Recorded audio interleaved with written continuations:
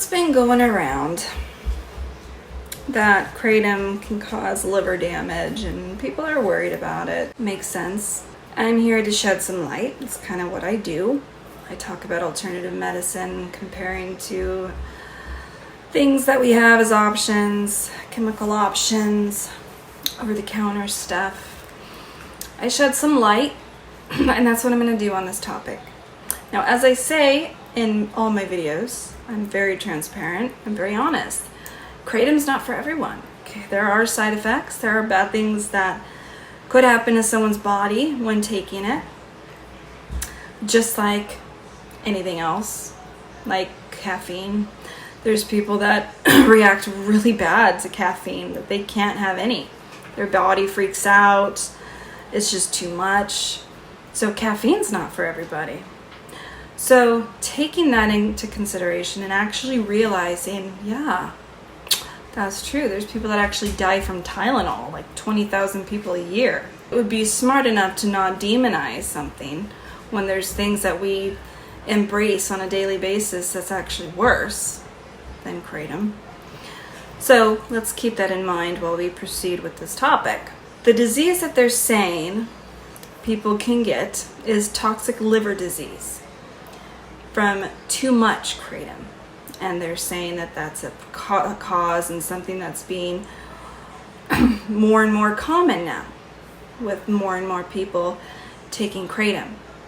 But what they fail to also tell you is that is a very common disease that happens with many other things. And you'll be surprised with what's on that list. Now, the things that will cause this are things that directly affect your liver. Now, the first thing that probably comes to mind is alcohol. You'd be correct. Alcohol is the #1 cause of this disease out there in the world. But alcohol is not in fear of being banned.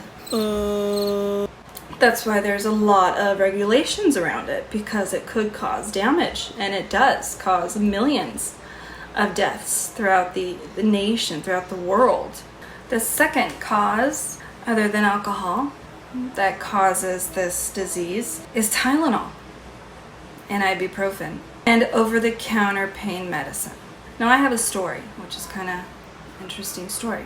When we were a military family for several years, the military was known for always prescribing 600 milligrams of ibuprofen for any kind of issue you had. There's memes out there because it was that stupid and well known. Then they started to notice something was happening. People were reporting issues with their liver, stomach pain, people coming up, being diagnosed with this disease, this toxic liver disease, because they were taking too much ibuprofen. That's the second in a list of these over-the-counter medicines that cause toxic liver disease. And we can go buy it over the counter, and it's more likely that to give you this disease than kratom is, because kratom's not even on the list. It probably will be now because people keep spreading this fear, but it will be on the bottom of the list.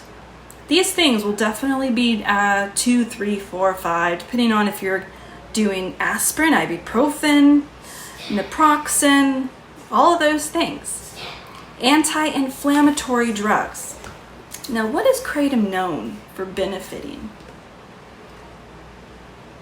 Inflammation, pain, all the things that ibuprofen and Tylenol and painkillers help with.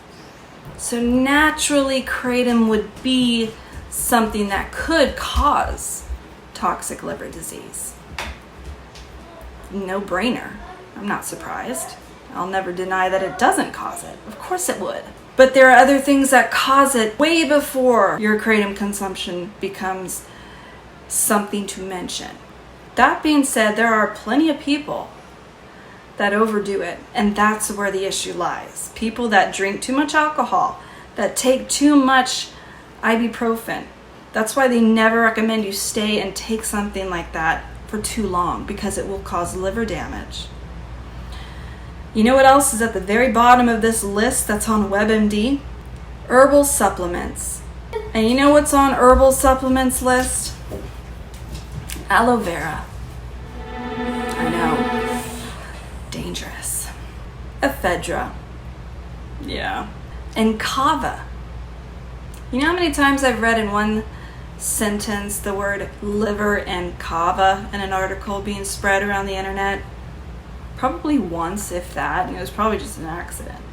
But what raises your chances is taking too much of these things. That's why everything in moderation is key, and that's why I say that in practically every video of mine. Anything can become an issue. It's not that thing's fault, it's the consumer's fault. It's the person taking that thing too much. That's the issue. So if you want to avoid getting this liver disease that is starting to be known to affect Kratom consumers, then do yourself a favor and stop taking it. Because if you take too much of anything, you will get something. You take too much caffeine, your heart explodes. You take too much of ibuprofen, you'll get the toxic liver disease. Your stomach will be upset. You drink too much alcohol, you'll die.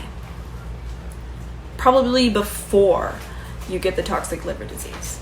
If you do too much of anything, you produce an issue, and that is because of your consumption and how much. So am I afraid of liver while a Kratom consumer?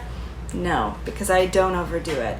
And there's other things to be more worried about that you probably consume and love on a daily basis that is more likely to cause this disease than Kratom. So let's not spread needless fear. Let's instead spread common sense of what actually does cause liver damage. Kratom's at the bottom of the list. So what next are we going to be afraid of claiming that Kratom's doing? I'll be here to make another video to help educate people that desperately need it. And I get absolutely practically nothing out of it. But you know what?